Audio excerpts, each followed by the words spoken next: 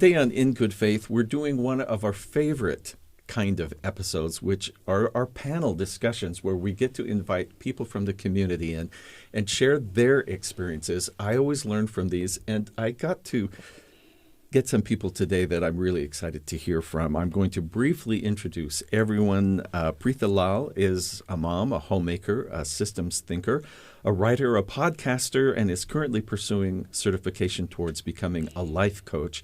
And she's lived in Springville, Utah for over 2 decades. Preetha, thank you so much for coming in today. It's wonderful to be here. Thank you.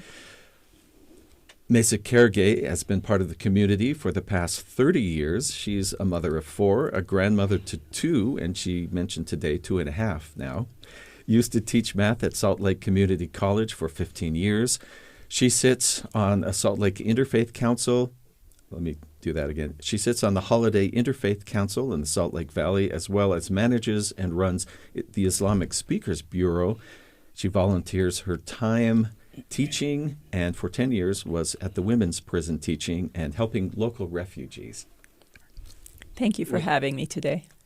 Pastor Luke Miller moved to the community from South Carolina. He is the pastor at the Living Water Mennonite Church and Christian Ministry, and they've got a brand new church in Provo, Utah that if you're in town, you should go see. It's a beautiful building. Pastor Miller, thank you so much. It's good to be here. Trevin Hatch is the Anthropology, Ancient Near East, Middle East, and Religious Studies Specialist at the Lee Library here at Brigham Young University, also an adjunct instructor in the Department of Ancient Scripture. He's an author of several books. One is A Stranger in Jerusalem, Seeing Jesus as a Jew, and co-edited with Leonard Greenspoon, the Jewish Studies Chair at Creighton University, the volume The Learning of the Jews, What Latter-day Saints Can Learn from Jewish Religious Experience. Trevin, thanks for making time. Happy to be here. So one of the things I wonder about, our topic today is avoiding us versus them, especially in faith. We're hopefully not going to get into politics today. That tends to creep around the edges of almost everything. But I wonder if each of you would maybe just take a minute and tell me if you've experienced that. Maybe what causes us versus them? Have you seen it in maybe in your own congregation or the community or in the nation? Any of you have a comment on that? Yeah, I guess for myself, as I think about the way that we have been created, as God has created us as in His image, which essentially means that we are people of choice. And so I think it's very important that we respect each other from that standpoint. No, we don't always believe the same. Mm-hmm. We don't always practice things the same.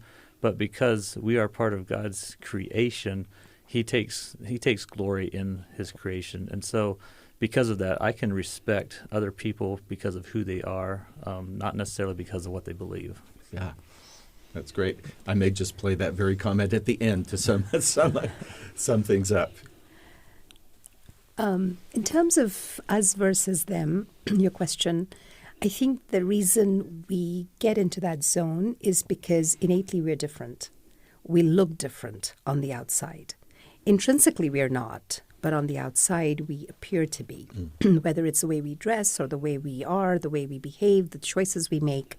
And so given individually we are very used to our own universe, when we see something that is unfamiliar, just coming from a systems thinker's perspective, change is hard. And to accept that change innately is also hard.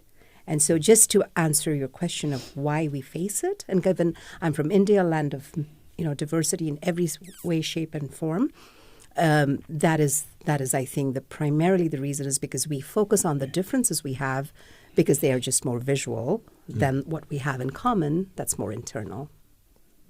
I don't feel like I personally have a them versus us mentality, even though I do look different. I wear a scarf in public, and so people might feel I'm very different. But I choose to act like I'm not, and eventually people accept me for who I am and realize we are not different. Thank you. So I'll mention without getting too nerdy, I jotted a few notes to trigger my memory, but one of the names I jotted down was Vamek Volkan. He's one of my favorite scholars to read, and he's a political psychologist. and a 4-time Nobel Peace Prize nominee. And he's written books for 40 years on regional conflicts. And one of the books he wrote was called The Need to Have Enemies and Allies. This is a psychological need that we, as individuals or communities, without even realizing it, we size each other up and we say, oh, that's the other person. And he talks a lot about the reason why he was a Nobel Peace Prize nominee is because he's dealing with communities like the Greeks and Turkish people, or Israelis and Palestinians, Portuguese and Spanish, all these different communities that have had conflict, and it's usually with their neighbors. And so I actually brought a few sentences from his book, and it explains perfectly why we might fall into this trap. He said, "It seems that we often seek out as enemies or targets, the other people, those like ourselves or our neighbors, in other words, familiar people. We focus obsessively, when stressed, on our differences in order to cling to the illusion that the enemy is quite unlike us. This process strengthens our sense of self and our sense of solidarity with our side." Interesting. So it's almost an instinct, it sounds like. I always thought that people would have the enemy be the one they don't really know. I didn't think it would be your neighbor, but someone that you're ignorant about. And that's why I like to teach people so that there wouldn't be that fear or... Yeah, that's certainly there. And I think some of the issues he brings up are people like Sunnis and Shiites or Latter-day Saints. I tell my students, who's writing critical literature about Latter-day Saints? It's not Buddhists. It's people like evangelical Christians where we share the same space geographically and ideologically. So there's certainly people that we're very unfamiliar with. If they come into our space and we get nervous, I think both are true. So I am from a community that is known, like if you ask about the Latter-day Saint community, it's like, yes, they send out missionaries and try to convert the world. And that almost sets up an us versus them. And I wonder if you have commentary. I don't know what sort of sharing. I think everyone wants to share what's important to them. But are there ways that we do that better so that it is sharing rather than I intend for you to change what you do and do it more like me? Have you seen how that can work? So as people, we're very relational, and I think we serve a relational God. So I think it goes a long way when we can come not prejudge somebody before we actually get to know them, and we actually build relationship with them in a way that is actually God honoring, a way that actually makes them feel like they have value. Because when we come at people and try to cut down their core beliefs or cut down who they are, it just kind of closes the door for that conversation to flow and actually learn from each other. I have several experiences around this, but they all stem into one thing. I have been fortunate to have many missionaries come to our door. And when I've opened the door, I've said I've been a student at the Y here. I follow my own faith. And the moment we started talking and I said, I know why you're here. And I really love and appreciate what you're doing.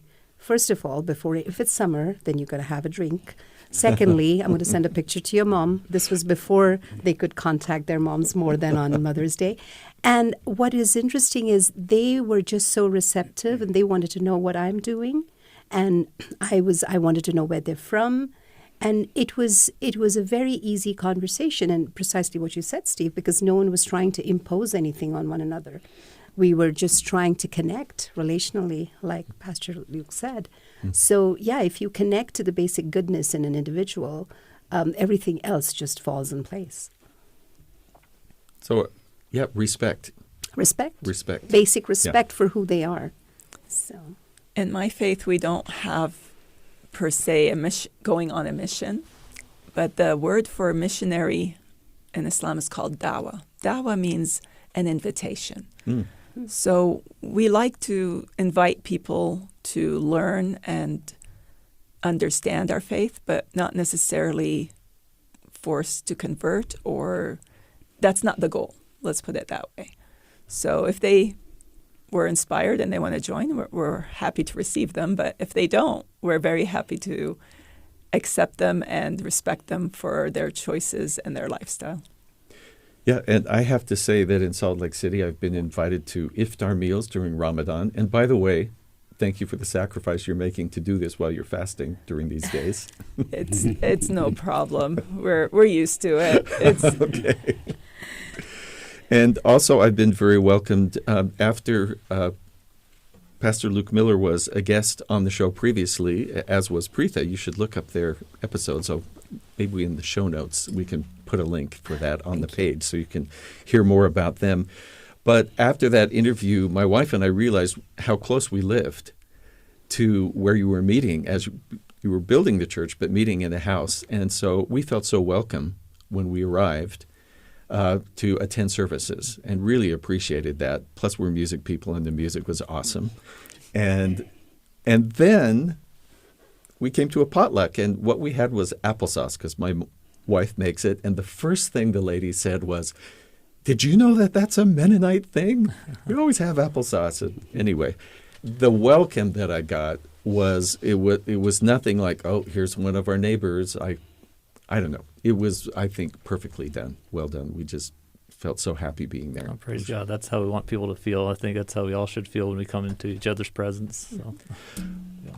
You mentioned the scarf, Mesa, wearing one, and there was an imam who we spoke with last year who said that someone that he knew, a woman had been on a bus, and someone just walked up to this lady who was wearing the scarf, the attire, and said, forgive me, but said, you live in the U.S., you know you don't have to do that, which just has all kinds of assumptions. And of course the lady knew that. But that leads me to my question. Are there things in your faith that are obvious? Like you mentioned, Pritha, we size each other up sometimes in an instant by the first thing we see or hear. How do we avoid that?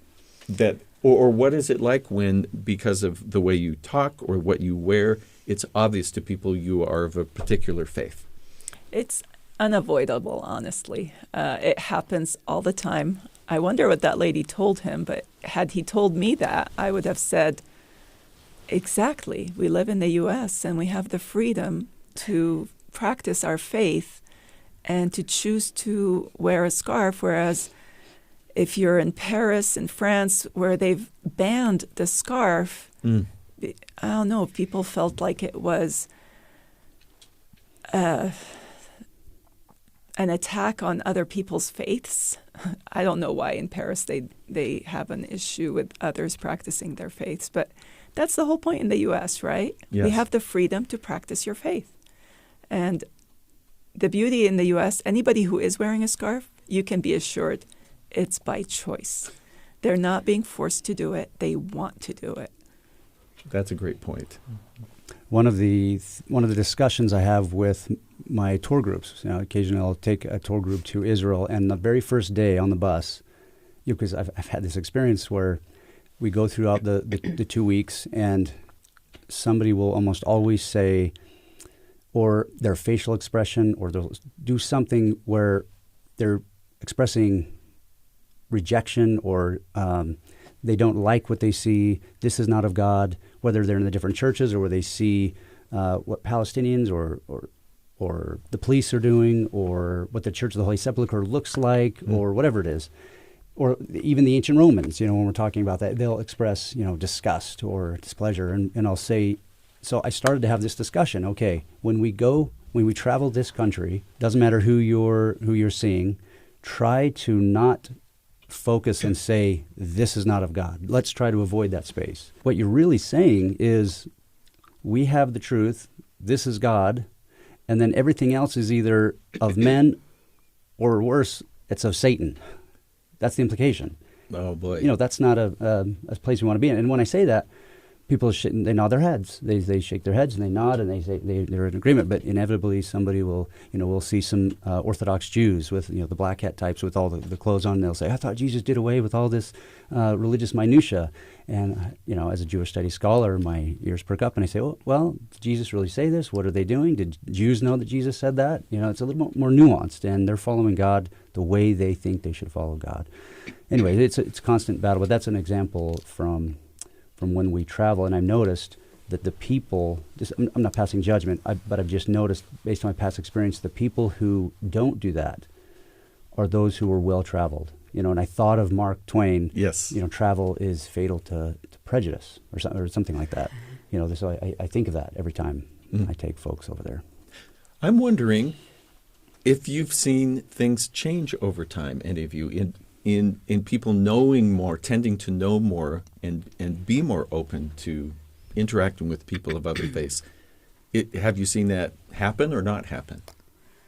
I think I have seen that, and people, as people are more exposed to other cultures and other religions and other people, other ways of believing or thinking, because we often interpret life through our experience. Yeah. So, if we've had a certain number of experiences in our life and we see somebody else doing something different than what we would do, we often judge them through our life experience and our studies, and what we, instead of actually always going over them, asking them a question. So, tell me about your faith or why you're doing this. And I think too often we miss a lot of opportunities in actually building bridges or actually speaking into the lives of other people, because we're too quick just to be judgmental and say, that's not where I am. I think you brought up a real key, which is willingness to be curious and ask questions. I think sometimes we don't, out of fear, like, I don't want to say the wrong thing. Will I offend someone?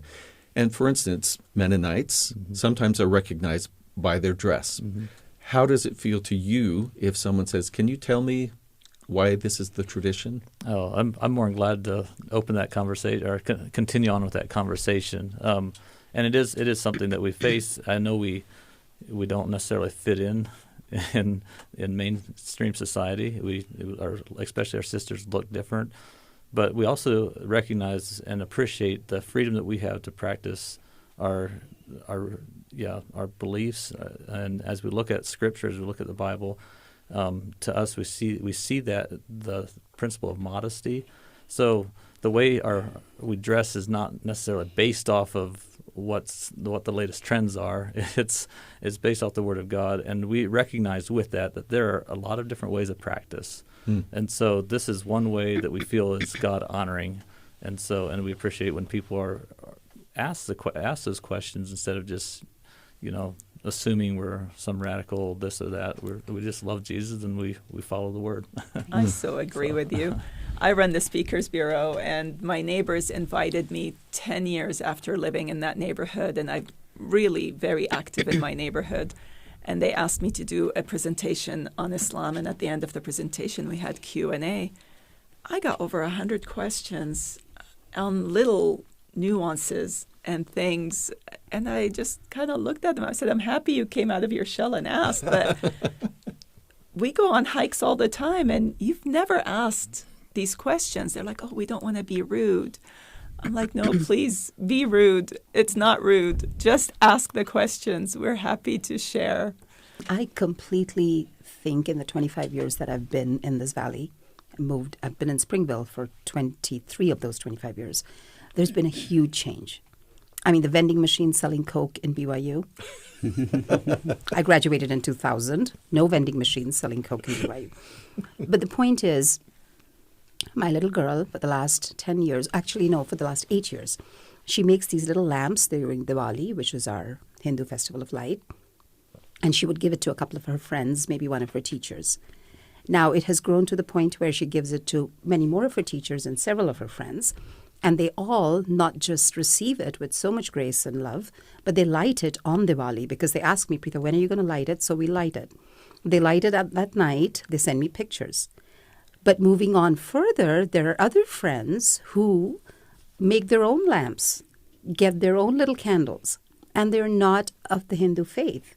So what that tells me is that communication has helped immensely. And we have been able to create a safe space where people can ask those 100 questions, like Mesa said. And that the representation of spiritual light is common. Precisely. And when you talk about was it the 7 virgins with the lights when they go to the bridegroom, my favorite LDS painting. And what Pastor Luke mentioned, the experience. COVID itself, for all the bad things it has done, it has also drawn people closer at a very deep level of knowing what is important. And while we were all home in our separate places across the world, we fell back on certain things. And as it's all filtering out, I personally find I can connect to more people because we've been through a bad time together. And that bound us in its own a deeper way. So I completely concur on that experience thing. It's a huge thing. Yeah, common suffering can bind people. That's why family vacations make us closer. Yes. Because it's not all pretty and positive all the time. I prefer to bind over a good meal. There's a key. Did you have a Thanksgiving. Comment? Yeah, these comments are great. From my perspective of someone as an insider here in the Latter-day Saint Utah culture, I've been pleasantly surprised just even a week ago when we had Holy Week. And, for decades and even more than a century, Latter-day Saints haven't done anything or very little with Holy Week, the last week of Jesus' life and all those symbols. But Dr. Eric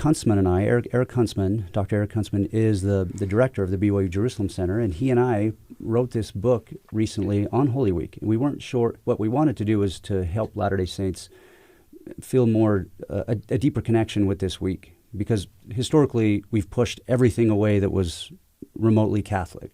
The symbols, Lent, Holy Week, Palm Sunday, Good Friday. We just sort of pushed all that away, and we just kind of cruise through the week, have an Easter egg hunt, go to grandma's house for a meal, and that's the extent of it for many families. So we decided to put this book together where we give the different events that happened with Jesus each day, and then we give a little scholarship. But the section that people like those, but the section that people seem to really like is the small section on Christian traditions, how Christians have traditionally celebrated or observed this particular day. And it's gotten so much, not the book, but these ideas where podcasters and people, even the general authorities of the church in their general conference last week were mentioning this left and right, and this groundswell where people were excited. And I had my own congregation say, hey, why don't you do I do a little Holy Week Last Supper meal is what I call it for my family. And they said, why don't you do it with our congregation? We had 200 people show up. And we had people coming and making Ukrainian eggs, decorative eggs that have certain symbols and certain meanings, and pretzels that have a certain Christian meaning, hot cross buns, Lazarus cakes, all this different food. And we invited a local Catholic woman who has a Master's of Divinity to talk about the Stations of the Cross and Advent or Lent. And people are loving it. And so I'm thinking, okay, this is good. In fact, it got so popular that few people in the media were asking, what's the motive here? Are you guys really trying to do this because you're trying to fit into mainstream Christian society? Or and so then I had to comment, it's like, this is what I think is happening. And I'm really pleasantly surprised about how we are not so scared of other people's traditions. I'm wondering, the whole idea of minority, majority, any place you live, you're going to religiously, faith speaking, in most places, they're not completely homogenous. And I wonder if, especially some of you who have been in, or maybe we all have been in a position where we were in the minority, how you relate to the majority faith. And then if you've been in the majority, how have you related to those in the minority? Any thoughts or stories on that? I would like to take this one. I remember in the Interfaith Council, somebody would complain and say, it sucks to be a minority in Utah. And I look at him and I say, you know what? It's awesome being a minority in Utah. It just sucks to be a minority, period. And you just haven't experienced it before. I've experienced it almost everywhere I've gone. And so I find it refreshing being a minority in Utah compared to other states, let alone other countries. So it's all relative. I love this concept of minority majority simply because it's all relative, to take on from what Mesa said. So I haven't talked too much about my faith, but I am a Hindu. But within the Hinduism, I follow the Ramakrishna Vivekananda philosophy of Vedanta that we talked about, Steve, when we last talked. And what it is it talks to the divinity that is potentially alive in every human being, irrespective of who you are. And you spend your life trying to manifest that divinity through actions, through your work, etc. So with this premise, I grew up in Kuwait. We were a minority there. It's an Islamic state. The 5 times the mosque next door would have the azan come on, my mom, she gave me the most beautiful analogy. She goes, there was 5 times you can think of God too. So it was never bothersome. You're allowed to think of God. Imagine that, right? And if it came on, it was never bothersome because my mom said, what a beautiful discipline is that. So that was, and then I went back to India. India is very diverse. We have various faiths, existing in different ways. And then I come here after I got married. Again, I go to BYU. Again, I'm a minority here. But this is where I wanted to talk about the concept of fitting in and belonging. Mm. Sometimes you don't necessarily have to fit in. I'm sitting across this table. I'm wearing a sari, a bindi. I may not fit in. But do I belong? Heck yes, I do. Yeah. Because we're talking about similar things. And what I've found in my 52 years is that we belong more than we think we do, because since we're always worried about fitting in, we don't go a little bit deeper and think, you know what, we do belong. If we can extend that belongingness to another person and make them feel that they belong too, it's very mutual. I've had young women from the Relief Society come into my home, and we've had a night of Indian food and attire. They've put on my clothes and taken pictures. Did we fit in? Maybe not, but did we belong? Forever. Mm. So, this is why I love that the U.S., I don't know, is it logo or philosophy that used to be we are a melting pot has changed to a tossed salad. So I love that. That's what they teach now in schools, that the U.S. is a tossed salad, so that we are different, but it takes those differences to make something delicious. Correct. We don't want to be always the same thing every day. You want to have... You have the variety. You have to and have the variety. That's where I come from. So it's kind of part of who I am. But I find that refreshing when you can speak to that and receive that. And I've loved stories I've heard from people from India who said, during Ramadan, we sent these certain foods over to our neighbors. Exactly. During our festival, they made our traditional foods and sent their kids over with It's so seamless. Them. It is so seamless. Diwali, Eid, it's all seamless. Just a reason to celebrate. We celebrate every month because there is some faith celebrating something, so we're celebrating. So, yeah, it's... I think being a minority is actually good for a person, and everybody should experience it sometime, because what it does, it brings us often brings us to a place where we actually start asking questions. When we're the majority, we can just kind of go with the flow, and when our leaders say do this, it's pretty easy that's just what's accepted, so that you just kind of do it. When you're a minority and you don't kind of go with the flow, you have to often think a little bit deeper maybe and say, like, why? So why am I where I am? Why do I believe what I believe? Yeah. And is there purpose and meaning? Because people ask you a lot of questions, right? That's right? So you have to know your faith to answer people's questions. You have to be ready to answer those questions. So it actually is good for our faith. That way, in our quest for truth, that as we're approached with things that are different than what we believe or different than how we would practice it, we actually look at those things and say, is that what God wants for me? Is that truth? I often tell people that it doesn't really matter what you a lot of people say, well, I believe it, so it must be true. Well, that's not necessarily true. Truth is truth, and we choose to believe it or we choose not to believe it. And we're on this quest to understand God and to understand truth, and God is truth. So it doesn't always matter what a person believes as much as that he's seeking God, and God is open to God to allow God to show him truth so that we actually can follow him. So in a lot of ways, minorities, it's a blessing to be a minority. Jesus gives us this concept the broad way and the narrow way. And he's very clear. There's only a few that will find it. The broad way leads to destruction. The narrow way leads to life everlasting. And so there again, we come to that place in our lives where we need to come to a place in our lives where we're wrestling with truth, and we're wrestling with what's right and what's wrong, and where does God want me? How can I actually bring glory to Him? We don't always like being in the middle of a wrestle. We like to have everything all figured out, but I think that's a part of maturing is to be willing to experience that. It is, and without the valley experiences, we don't have mountains. You have to have valleys to have mountains. Yes. So. And I like how you said the way you put it, where as a minority, it forces you to ask questions, not just about the majority group, but about yourself, right? At least that's what I understood you're saying. Right. And it's good for your identity development. I mean, probably the time that I felt the most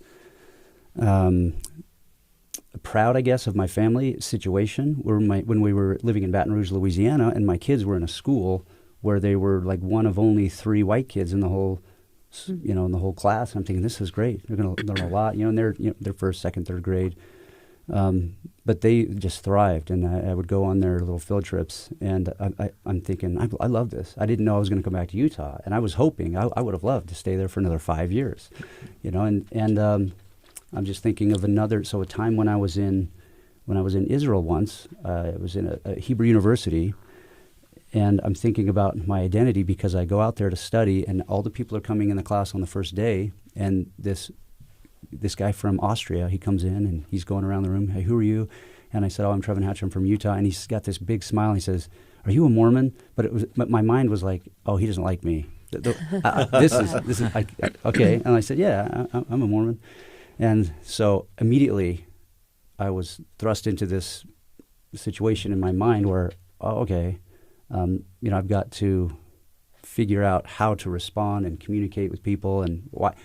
And now I'm insecure. Why is he laughing at me? He started all this stuff, and I don't mind talking about my faith, but that was really a stressful but fun experience throughout that semester.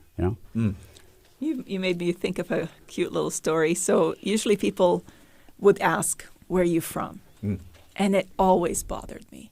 And I would come up with, well, I'm from California, but then they'll go, where are you really from?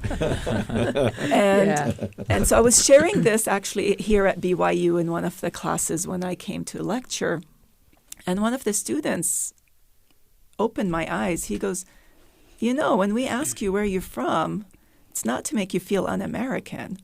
It's because we're trying to connect to you. Mm-hmm. We're trying to find something in common. Maybe you say it's a country and we visited it.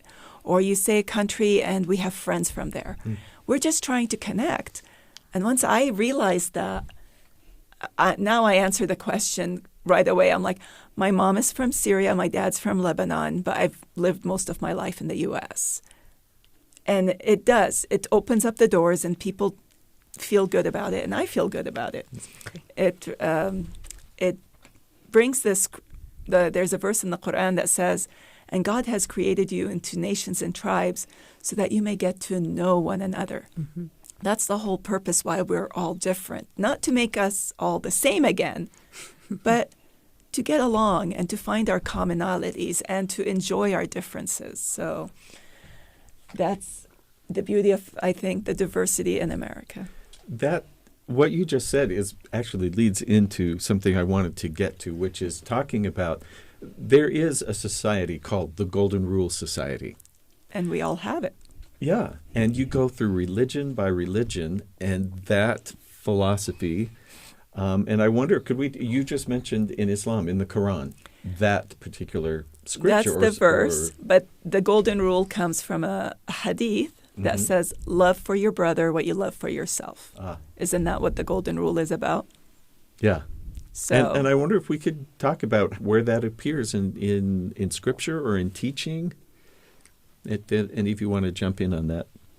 Yeah, so that's one thing I love about what Jesus taught when he said, love your enemies, bless them that curse you, do good. And Jesus gives all these different concepts that he refers to the Old Testament law, and he says, or the Moses law, and he says, you've heard this, but I say unto you. So he gives us a lot of new concepts of how we actually need to live and love. And I think love is right at the very core of that. when we recognize that we're created in God's image, that people that we actually win when we love.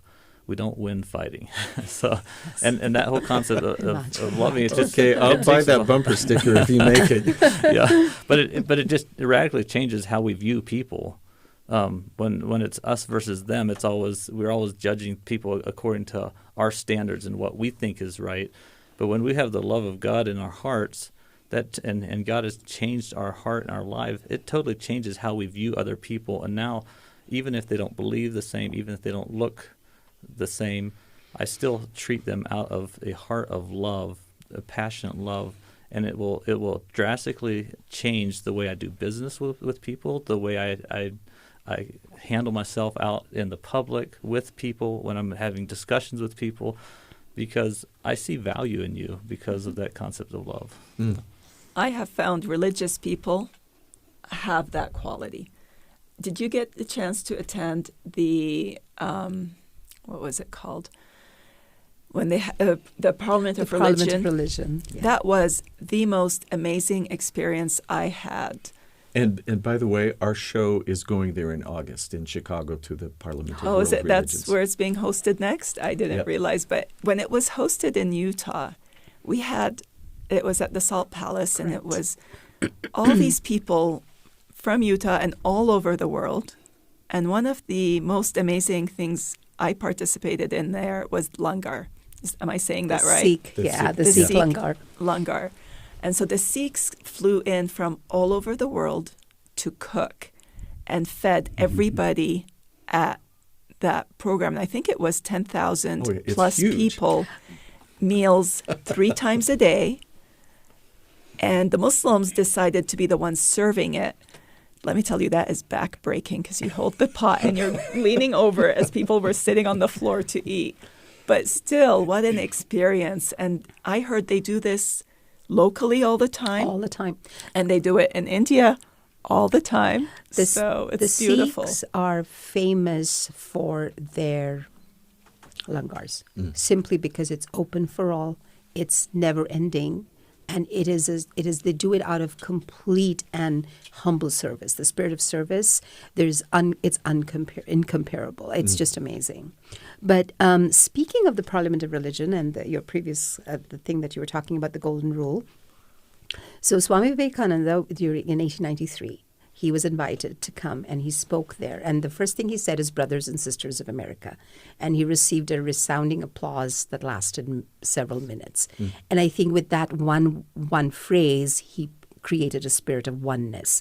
So where I come from in my faith, or if my scriptures, if I were to go back, I would just go to 2 words. One is the concept of oneness, which basically means everyone around this table and everyone in every part of the world has the same spark of divinity within you. And so once you recognize that, you and I are not very different, basically. Right? And also in the Upanishads, there is a phrase called Vasudhaiva Kutumbakam, which means the world is your home. So when you take those 2 in context, it is very hard to see those differences. So what I found over time is that there is a slight difference between being religious and being spiritual. And sometimes within our religiosity, with our traditions, we can even get into the spaces where we see the differences. But when we rise above that and we're being spiritual, then you're appealing to that golden rule, and it's universal. I don't know of any faith who would not agree with it or does not practice it, So, that's where I'm coming from when you talk about that. Yeah. It's seems like such a simple concept, treat others as you don't want to be treated. But, I mean, it would change the world, but it's difficult to implement. I mean, we know, at least, Pastor Luke talked about how Jesus, he really emphasized this. And it's also all over the Hebrew prophets. It's in Leviticus 19. It's even ancient rabbis, Rabbi Hillel and Yochanan ben Zakkai. These people preached this and talked about it, Rabbi Akiva. And it sounds like it's in the Quran as well, and there's many other places. It's being emphasized everywhere, but it seems to be the hardest just innately to say, especially in our culture, not to get political, but the U.S. culture where there's one political party over here and one political party over there, and we are somehow conditioned and trained to be ideological and black and white thinking to take our corners and say we have truth, and you guys don't have truth. But I don't know how to. I mean, it's a constant battle. But yeah, if we could just shout this from the rooftops, this concept, somehow. Rabbi Sam Spector in Salt Lake put it really succinctly for me when he said, God said that he created all of us and that we are good. And see, he said, if I can't see holiness in the people around me, to me that's blasphemy because they have the image of God in them. So I really love that is a common thing, and I guess we just need to do. I sometimes think that, okay, I'm going to use your politics example for a second with great trepidation, which is sometimes I heard a particular senator from a particular state where I live once say, politics is sports for old people. And I wish we would be less sports influence, like this is my team, that's your team, win or lose, rah, rah, rah, and more influenced by what we've just been talking about, which are the actual teachings of the faiths, and I think the actual experiences we have when we really get to know people. Thank you all for kind of reaching into your traditions to share that. Stephen, I've got a question. Please. I'm wondering with my co-guests, is what do you do with people who are insiders who then turn outsiders? They leave your community, or they, for us here we have people who leave the LDS Church, and they immediately become haters. Yeah, and from their perspective, sometimes they say, I had all these friends in my neighborhood. They won't talk to me. They never asked me what the problem was. I've just lost a lot of friends. Some people have lost, if they had a certain business, local business, they've lost. So what about that? How do we, and I know how we have treated people who are of the post-Mormon or ex-Mormon or nuanced Mormon, whatever the term is, and what they say and what other people say about them.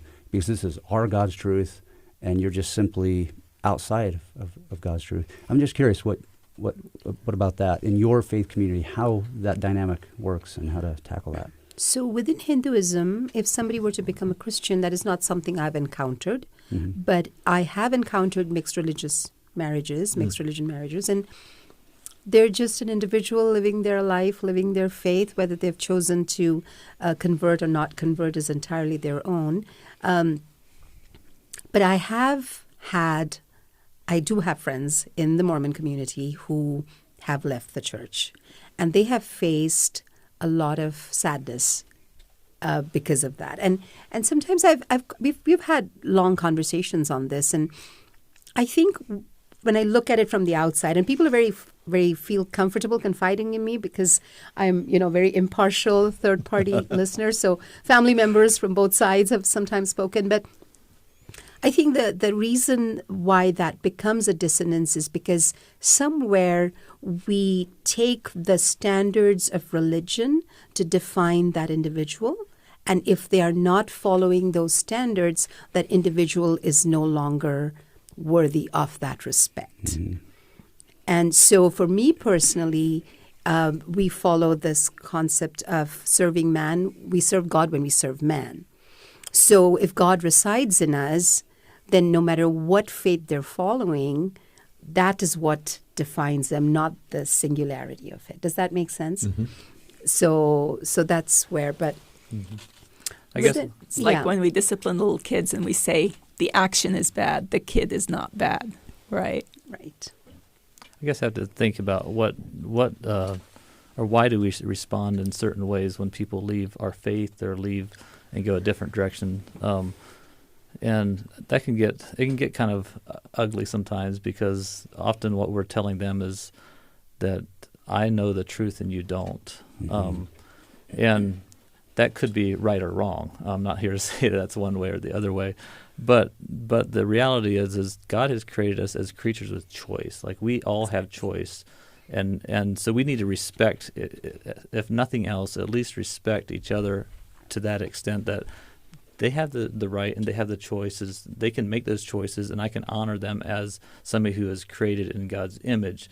I really believe that our places of worship are, as we follow God, what we have to offer needs to be something that is so attractive that we're not just pushing people, like when people leave, that we're not working from a premise that, well, if we let our young people interact, or if we interact with them, they're going to influence us. And but no, we need to be anchored in our faith in Jesus. We need to be anchored in our faith in Christ. And so as I encounter those that do maybe leave the faith, I still want them to recognize that I love them, God loves them very deeply, and I'm still here to serve and to reach and to speak into their life. Yeah, and that their worth as a person has not changed if their beliefs change or circumstances change. And what matters is how we act and react, right? We have to still follow our faith and be kind and be good and non-judgmental, because in Islam, the word judgment is such a big deal that it's only God who has the right to judge us. As humans, we don't have the right to judge others. And so if we can just suspend that judgment and let God decide these things, and God is merciful and God is forgiving, we need to also be merciful and forgiving. So often we're judging them according to how we believe and say, well, I'm right and you're wrong. But isn't in our belief the idea of being kind and non-judgmental? But we should actually be looking into our own heart and saying, what have I done wrong? What am I doing? What am I doing that actually pushes that person? Why are they not feeling loved? Why do they not feel accepted? What's making them take that step? And it should be reconciling those things in our own heart before we go try to, Oh, go ahead. I had just two words that had come up across the table several times as right and truth. And I think when we talk about judgment, we assume our truth is right. And the moment we make that assumption, instead of truth being truth, and our interpretation of truth could be right or wrong, then we are less prone to making those assumptions about people. I would like to know how you pass on to your children the idea of respect for others in their differences. I think for myself, it starts right in the home. So if I love my wife, I respect my wife, and that already sets a precedent for my children, that there is love and respect, and that goes a long way. That doesn't necessarily mean they're not going to make wrong choices. But I guess as I have 7 children, and they're a handful, they're very energetic, but as they're growing up, they love the Lord, they want to do what's right, and that's such a blessing to us. But for me, it is so important to keep their heart and to be there and to walk through the journey of life with them when they're struggling, to be there and give them a listening ear. When they need to wrestle through the issues of life, that I'm there to help them wrestle through it, right? And you don't just say, you're just go off and you're not worth anything. No, my children are worth a lot. They are an investment. I need to, even with all the ministry that I'm involved in and all the business I run and all that, even with all that, I still have to.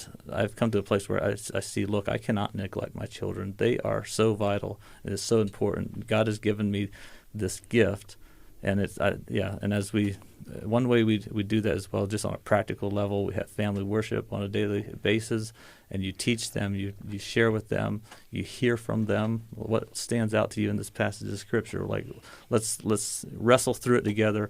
And ask questions. It's not wrong to ask. We want you to ask questions, the hard questions. Let's not just say no, we shouldn't be asking those kinds of questions.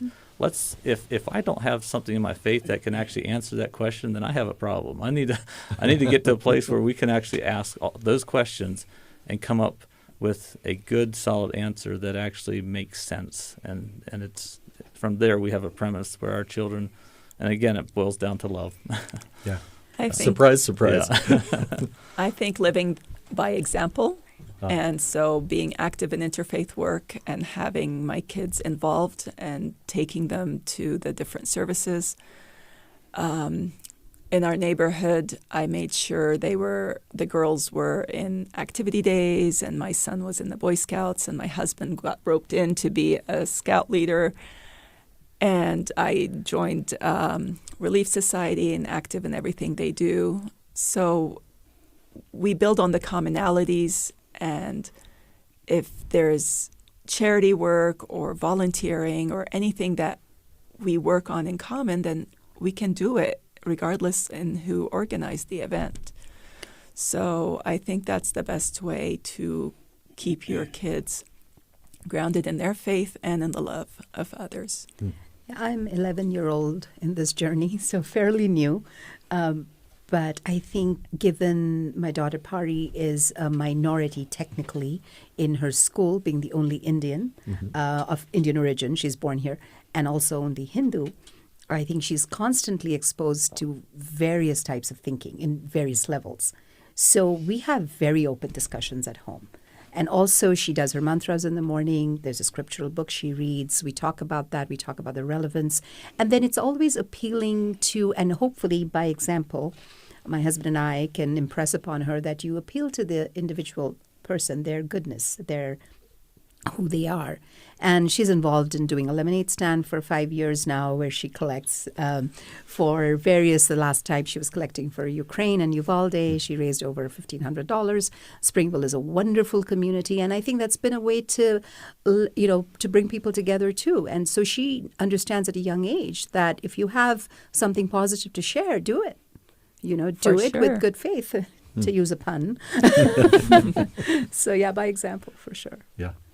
So it sounds like I'm in the same ballpark as you three, and so I wonder if I can talk about an extension of my children, which is my students here, our youth and young adults. Because as you were talking, I thought of a couple days ago, we were talking in class about Jewish practices of observing the Sabbath, and we were comparing it to our own. And there's some ancient Jewish practices that seem to outsiders this is really odd and silly. You can take so many steps, or you can't build fires, or you can't tear or destroy anything, for example. So you fast forward a couple millennia, and you have Jews today who they don't flip on a light switch because that's actually technically starting a fire, or they won't on the Sabbath go into their bathroom and tear toilet paper. So what they do is they put timers on their lights, or they pre-tear the toilet paper, or get a box like that of tissues into the, and there's a woman, and I brought a little quote here from Blue Greenberg. She wrote a book called How to Run a Traditional Jewish Household. This is the kind of stuff I share with my students, and here's what she says. She says, to one who is completely unfamiliar with the law, it almost seems petty and silly to go to such lengths over such a little thing as throwing a light switch. But this is one of the many basic steps in creating that special aura of Shabbat. Preparing paper in advance seems so remote from holy time. The objective outsider might say, this is pure legalism and highly ridiculous. There's no work involved in tearing a piece of perforated toilet paper on the Sabbath. To which an insider might respond, look how clever the rabbis were. Even in as mundane a place as the bathroom, one is reminded of the uniqueness of the day. When I read that, my students, I heard a few audible gasps, and I could see, they recognized that where before they're probably looking at some practices of Jews or even of Islam and thinking immediately, that's just ridiculous, that's really stupid. But if you look at it from an insider's perspective, they're not thinking of legal minutia, habitual legal minutia. There's deep meaning to them. And so if we can tap into that, we might appreciate it. And that's what happened a few days ago, and it was just this audible gasp. These are the kind of stuff, as my kids get older, I will be sharing with them. Sometimes on a game show, which we're not, there will be a lightning round. And so these last two questions, I'd love to keep to a sentence or two, unless you feel like you really want to share a story to do with it. But what you just mentioned, the welcoming of Shabbat, honoring of the Sabbath, this is something that I have learned a lot from my Jewish friends. That's something I admire. I'd like to hear something maybe that we admire about a different faith other than ours. I don't know if it's of a different faith, but I admire how organized Relief Society is. I mean, they know who's sick in the neighborhood, who's having surgery, who's everything, and line up all the meals and line up the help needed. I just wish I can get our community to be as organized as they are. I have a few. So I love the concept of forgiveness in Christianity, the concept of submission and intent in Islam, and service in Buddhism. and community if I were to speak about the LDS faith, the concept of community. Never, ever felt I was not a part of it. Because I don't necessarily have one faith in mind, other than one thing that stands out to me in other faiths is when you have people who they're sold out for it. They're dedicated. They're willing to put their life on the line, right? That's when I see dedication like that. That's just a challenge to me, just to see that these people really believe they really practice what they believe. So. Which I think is inspiring and motivating for our own faith. I love the legacy and tradition in both Judaism and Islam of this wrestle, this scholarship and debate. Large texts like the Hadith or the Talmud, where there's this intense focus, intellectual even, on can we get it right? What does the law mean? What did Muhammad say? What did the rabbis say? And how do we understand this? And then there's, especially in Judaism, there's an intense debate. The rabbi said this, these other rabbis said this. How do we understand the law that was given to Moses? And I wish we had that a little bit more in my faith, of a deep intellectual curiosity and an ability to debate without being scared that we're being contentious. I love that. Unfortunately, our time is up. But I would love to, this is a kind of conversation I would love to continue just about any time, and I would do what Mesa said and involve food. I think that's what we're lacking here around this. Tables are for food, right? Yeah. For sure.